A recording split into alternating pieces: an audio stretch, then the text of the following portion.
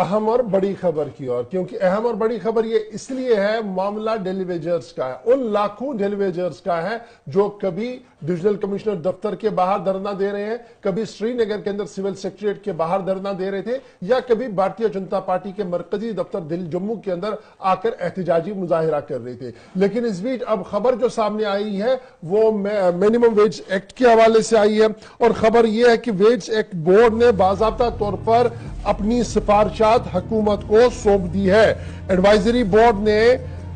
तकरीबन 38% डीए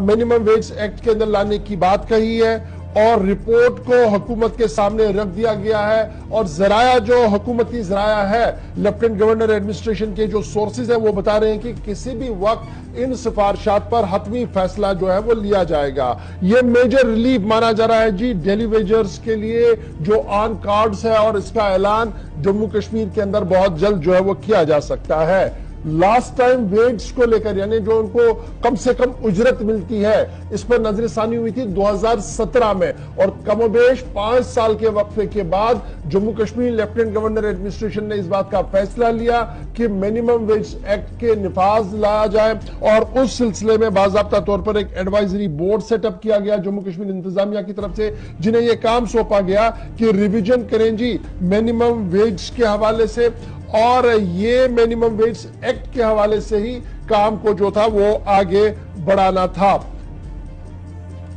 और अब खबर ये है कि जनाब बाकायदा तौर पर उन्होंने ये काम कर लिया है, और उन्होंने अपनी सिफारिशात Jammu Kashmir lieutenant governor administration को सौंप दी है, और कई मीटिंगों और मशावरतों के बाद यह फैसला जो है वो लिया गया है कि कम से कम 38% अलाउंस के तौर पर जो है वो बढ़ना चाहिए उन मुलाजमीन को जिनका कुछ भी नहीं बढ़ पा रहा और बहुत कम तनख्वाहें वो ले रहे हैं। ये एडवाइजरी बोर्ड की रिकमेंडेशन है कि 38% DA at par of minimum wage को जो है वो किसी न किसी तरीके से कराया जाए। एडवाइजरी बोर्ड ने जो रिकमेंड किया एक तरफ से ये किया है, तो ये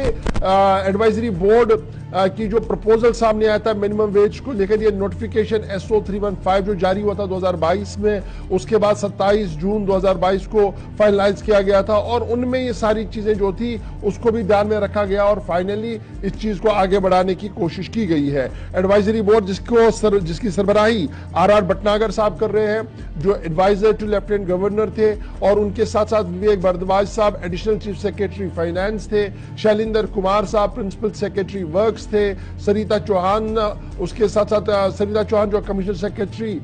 लेबर एम्प्लॉयमेंट है, अब्दुल रशीद वार जो लेबर कमिश्नर है, MY एत्तू DG बजट जो है, Ali Mohammad DGM JK industries जो है, आबिद रियाज जो DGM JK इंडस्ट्रीज है, और रिप्रेजेंटेटिव्स मुख्तलिफ लोगों के और ट्रेड यूनियन बॉडीज के थे जिन्होंने इस मीटिंग के अंदर हिस्सा लिया, और बाकायदा तौर पर सरकार के सामने एक मसवदा रखा, सरकार के सामने एक प्रपोजल रखा कि किस तरीके से जी इस निज़ाम को आगे बढ़ाना होगा। और इस तरीके से ये खबर जो है सामने आई कि जनाब बोर्ड ने अपनी पैनल जो है वो फाइनल किया। अब याद रखिएगा 2017 में minimum daily wages as per SRO 406 2017 जो 26/10/2017 को था, उसमें क्या कुछ दिया गया था। अनस्किल्ड के लिए 225 रुपया रखा गया था, सेमी स्किल्स के लिए कोई भी फैसला नहीं लिया गया था, स्किल्ड के लिए 350 रुपया, हाईली स्किल्ड के लिए 400 रुपया, और एडमिनिस्ट्रेटिव मिनिस्ट्रियल के लिए 325 रुपया देने की बात सामने रखी थी। अब जो मिनिमम वेज नोटिफिकेशन SO 315 2022 है,